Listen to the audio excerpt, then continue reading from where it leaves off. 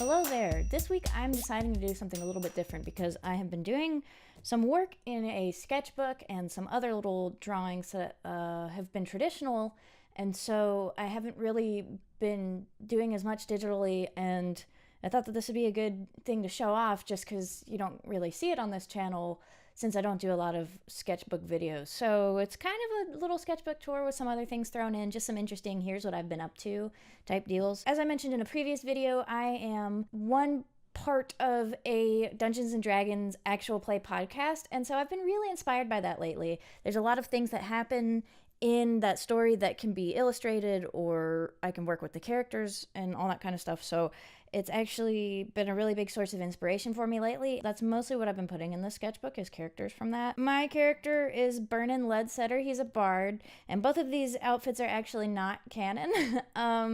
This is sort of a like wintertime, what he would wear in the cold type outfit. And so it's possible he could end up wearing this. And then I drew him in armor falling down because it's too heavy for him because he's very weak and spindly. I think I'm gonna show the one side pages first and then go back and show the other ones second, just because it's kind of, this is a big sketchbook. I don't really have enough room to show a full spread each time, and I don't have any 2-page spreads in here, thankfully. So this is a character who is a knight. He's kind of like the captain of the Knight's Guard. He is Seth. He is actually one of my characters. So our Dungeons and Dragons podcast happens 25 years after a story that I'm working on, and this is one of the guys from that story, and so he's making an appearance in the new one as a older version of himself.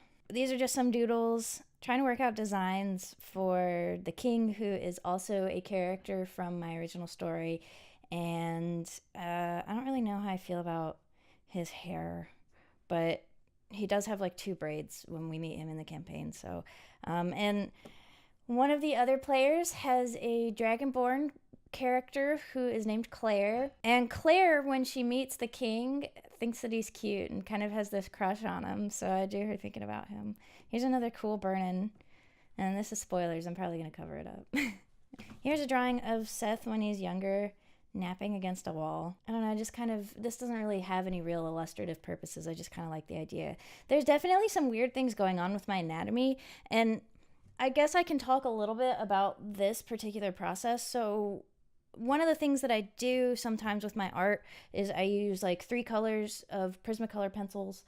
I can't remember which ones exactly they are off the top of my head, but I will look at them and edit them into the video. But so it's basically primary colors, and lately I've been using it more in a sketch sense, where yellow is the guidelines, red starts to build the form, and then blue clarifies edges. Which, quick tip if you don't realize this, blue actually is very useful for adding clarity in an image. It's very easy for us to see it as a defining color, if that makes sense. So if you use blue in that way, like if you're thinking like, oh, things look too fuzzy or too weird, try adding some blue.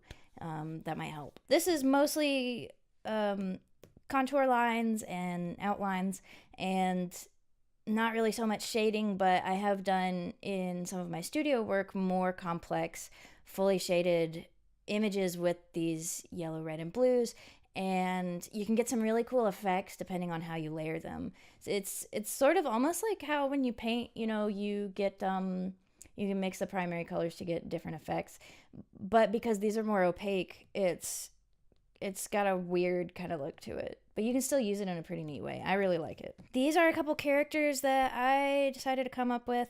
I think they're sort of like an adventuring team, like they go and do research in maybe like an archaeology type sense, sort of going and looking at historical places and seeing what kind of treasures there are to find and that sort of thing.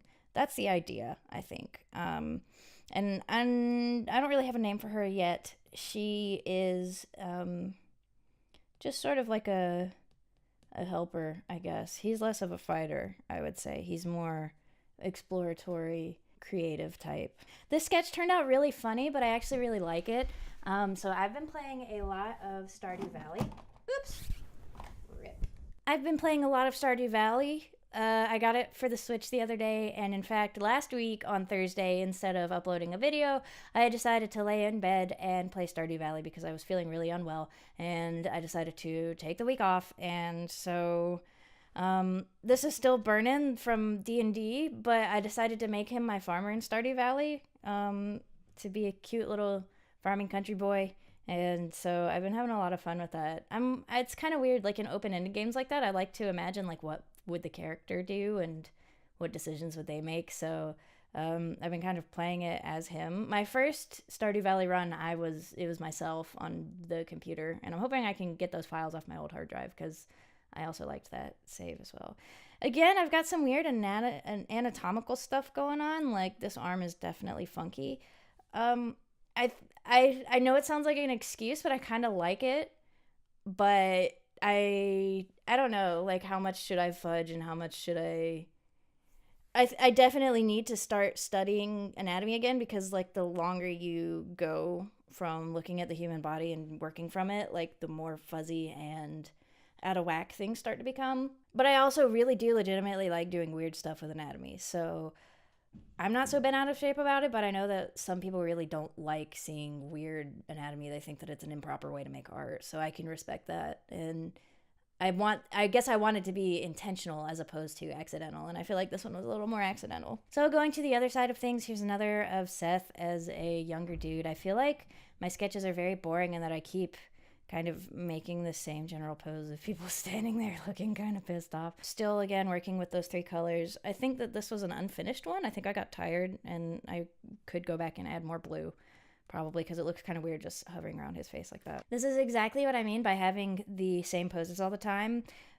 This is also, though, trying to be like a what does his outfit look like kind of pose. And so when you're working on trying to hammer out the things that people wear, sometimes you kind of have to go for the boring, straightforward poses. So it's kind of a double-edged sword kind of thing, I guess, like, because if you draw in a cool dynamic pose when you're trying to work out what a costume looks like, then you're gonna not be able to see all the details. So give and take, you know. I do need to work on cooler poses, though. This drawing is kind of, I guess, trying to work out the facial features and the portraiture of the king and the knight character, because I draw them a lot as younger people because that's how they are in the story, but I wasn't really sure how to make them look more aged, so I tried to practice that a little bit here. And then down here's a little doodle where I was trying to explain their friendship and how they interact with each other. It's very much like, I'm gonna do the thing and don't do the thing, please. Here's some doodles of Burnin. I talked to my friend about this, and I showed him a bunch of different pictures that I had drawn, and I said that I was worried that I wasn't drawing him consistently enough, and my friend seemed to think that it wasn't a problem, but I do think it's a problem. Like, they're different. Like, this face is very much different than this face. So his overall silhouette and, like, hairstyle and general look is kind of consistent, but his facial features are not. And part of that is from, like, in some drawings you draw people less detailed, some drawings you draw them more, depending on the type of illustration and the purpose of it. I get it. But I feel like I'm really still exploring what his facial features look like. I feel like I don't have to worry that much because it's an audio medium, and technically my designs aren't, like, officially endorsed. This is just my interpretation of the characters because I really like people being able to come up with their own designs for podcast characters. But you know, when I imagine him, this is kind of how I imagine him. And as an artist, I just would like to be consistent. Here's another Burnin doing that same darn pose. But again, this was trying to work out his proportions and his body. So that's kind of why he's straightforward. You can see his body that way. And also, like, how his pants would sit on him, his feet and stuff like that. But yeah, everybody does the same pose in my sketchbook. I really need to work on that. Oh no. And anyways, Burnin has a younger sister named Nina, and an even younger sister who I didn't picture here, but I thought of, like, what Nina would look like. I don't think she has glasses. I don't really like her having glasses, but I decided to keep them in this drawing. So if I draw her again, she probably will not have glasses. Maybe. I don't know.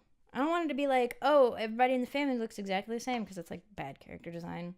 I want them to look related, but not like just a different different bodied version of each other, if that makes sense. By the way, this is the sketchbook that I have been using. I had thought when I was in the store that my old sketchbooks at home had all been about this thickness, but then I came home and felt the paper on my old sketchbooks, and I was actually surprised to find that it was pretty close to what was in the store. I'd say the store is probably a little bit thinner now, a little bit lighter weight.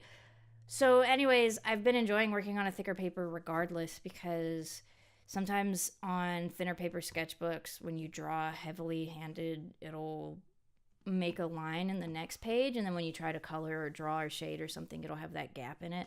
So you don't really get that with this. This is more expensive and you get less paper for your money, but also obviously I'm not filling it up like a mad woman, so I kind of don't have to worry about that anyways. This is kind of more like hashing out ideas than trying to just get a lot of content out. So the next thing that I want to show are some little drawings that I had did actually last year in December or something like that. So this is actually King Shakir and Seth in their younger forms, which I had talked about some in my sketchbook. And I just wanted to do these sort of matching portraits because I found these little scraps of paper, and I'm pretty sure it's actually decent paper. I'm not sure exactly. It might be a... You can see because of the deckled edge here that it's like fine art paper. Because of the way that they press it, the pulp kind of does that. So this is some sort of printmaking paper, and I'm pretty sure it is a cold press arches because it's very smooth. So I'm thinking of framing these, actually. I think it would be cute, like little, maybe like besties kind of portraits, and maybe put them near my desk or something. But they've been sitting on my desk for several months now, and whenever I'm stressed about work or whatever, I look up at Seth and I'm like, I'm filled with resolution to do better.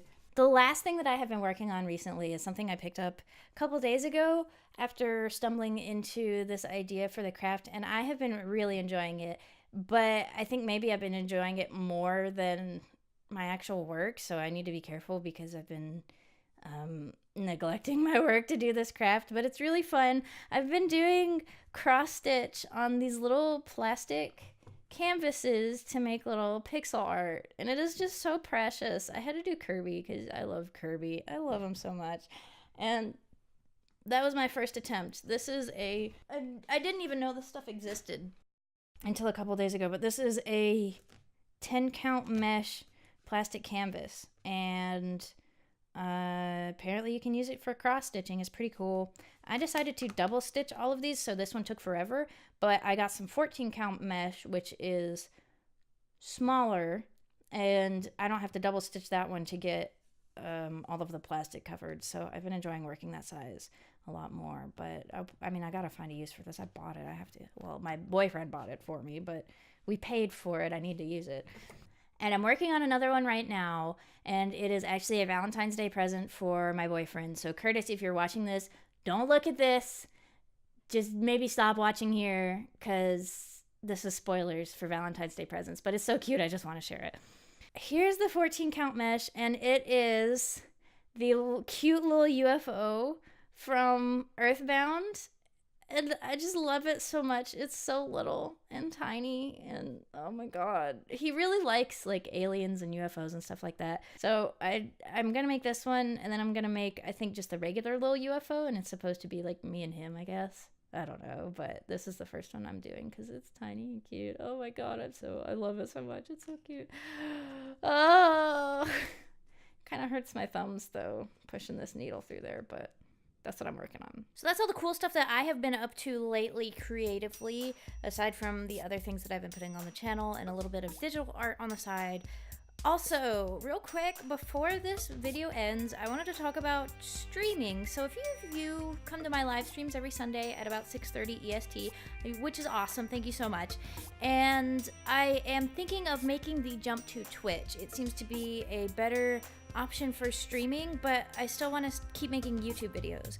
So there's a couple ways that you can keep in touch with my streaming schedule. First of all, just check on Sundays at around 6:30 EST and see if I'm streaming. I do updates on my Twitter, which is at @StarStarParty, so usually I'll say what I'm thinking for the stream. Check Twitch itself or check my Twitter for updates on that. Around 6:30 p.m. on Sundays EST, that's probably when I'm going to be streaming. if you are interested in joining those streams, which I hope you are because I would love to see you there. Thank you so much for watching this video, and I can't wait to see you in the next one and on my Twitch streams. Come to my Twitch streams.